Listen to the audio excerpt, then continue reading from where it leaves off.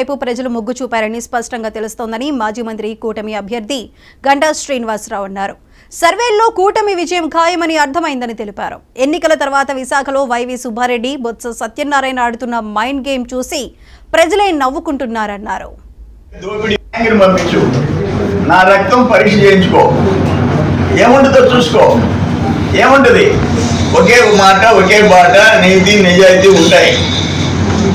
ఆస్తులు కాదు, ఉన్నాయన్నీ బాగుంటున్నాం, అయినా నా రక్తంలో అదే ఉంటుంది. నీ మాదిరిగా దోపిడీ ఉండదు. ఆయనకి ఇప్పుడు నేను వచ్చి రక్తం టెస్ట్ చేయాలంట. మన కర్మ. ఇటువంటి వాళ్ళు ఈరోజు జగన్మోహన్ రెడ్డి క్యాబినెట్లో ఉంటారు. నేను అందుకే చెప్తున్నా, నెల్లూరుకి సాయంత్రాన్ని చేస్తా, నీ ఇష్టం వచ్చిన పంపించి నా రక్తం పరీక్ష చేయించుకో, నాకేం అభ్యంతరం లే, నిన్ను చూసి భయపడేదిలే. ఏంటి ప్రమాణ స్వీకారం చేస్తానంటున్నారు, అది ఇది అని చూద్దాం. నాకు తెలిసి నేనే చెప్పాను, విశాఖపట్నంలో అంటూ వాళ్ళు సరదాగా అసలు ఆ రోజుకి అసలు 4వ తారీఖు తర్వాత జగన్మోహన్ రెడ్డి ఎక్కడుంటాడో ఎవరికి తెలియదు.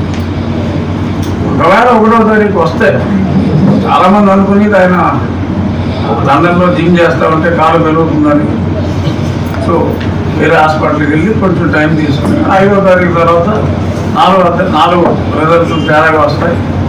ఆ తర్వాత మరి ఎక్స్టెండ్ చేసుకుంటారా, ఏం చేస్తారో తెలియదు. ఒకవేళ వస్తే 5వ తారీఖుకి మళ్ళీ ఆయన బెంగళూరు వెళ్తారా, మళ్ళీ సిబిఐ కోర్టులో పర్మిషన్ చేసుకుని ఫారెన్ వెళ్తారా. 9వ తారీఖు అయితే ఆయన అయితే ఉండడు. డమ్మీ ప్రమాణ స్వీకారం ఏమైనా చేయాలి అంటే మరి ఈ లోకల్లో పెద్ద ఆయన కాబట్టి, బొత్స సత్యనారాయణ గారు రూమ్లన్నీ బుక్ చేశారు కాబట్టి ఎవరన్నా వస్తే హోటల్స్ బుక్ చేశారండి ఆల్రెడీ. ఎందుకంటే మనం జనరల్గా వెరిఫై చేస్తాం, హోటల్ కూడా బుక్ చేశారు అంటే గ్యారంటీగా నమ్మకం ఉందరా అని చెప్పి కొంతమంది అనుకుంటారని చెప్పి అవన్నీ కూడా ఊరికే పకడ్బందీగా స్కెచ్ ప్రకారం వేసుకున్నారు తప్ప వాళ్ళు నెగ్గే ప్రసక్తే లేదు. అతి దారుణమైన పరాజయాన్ని వాళ్ళు చవి చూస్తున్నారు. ఇది నేను నోటి మాటగా చెప్పట్లేదు, అంకెలు లెక్కలు ప్రజాభిప్రాయంతో సహా చేతిలో పెట్టుకునే చెప్పింది. సో కాబట్టి వాళ్ళు ఎత్తిపోయారు.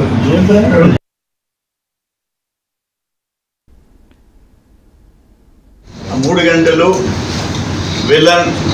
విలన్తో కూడా ఉండే అరాచక శక్తులు ప్రజల్ని, హీరోని వాళ్ళకి నరకం చూపిస్తారు. ఆఖరి క్లైమాక్స్లో ప్రజలందరూ తిరగబడి, హీరో తిరగబడి వాడు ఆ విలన్కి శుభం రాస్తారు. అంటే వాటికి క్లైమాక్స్లో తిరిగి వాళ్ళకి చావుని చూపిస్తారు, రాజకీయ చావుని.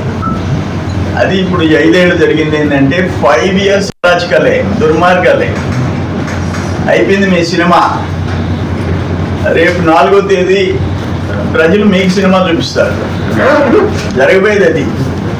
ఇప్పుడు ఐపాక్ తిరిగిపోయే టీం తిరిగి, ఐపాక్ టీం సర్వేలో ఇంత వచ్చిందయ్యా, నువ్వు గెలుస్తున్నావు, వైసీపీకి ఇన్ని ఎంపీలు వస్తున్నాయి, ఇన్ని ఎమ్మెల్యేలు వస్తున్నాయని చెప్పాలా.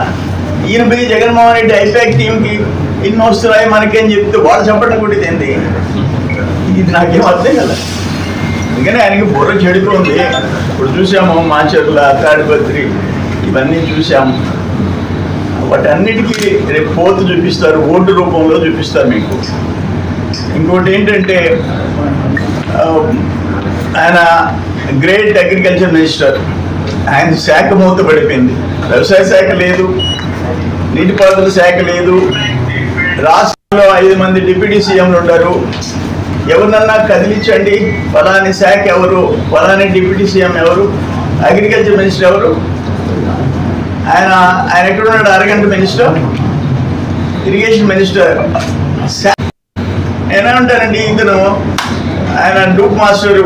నేను ఏది మాట్లాడితే నా రక్తంలో కల్తీ మద్యం లేదు. ఈరోజు సింహాచలం స్వామి దర్శనానికి వచ్చే సాయంత్రానికి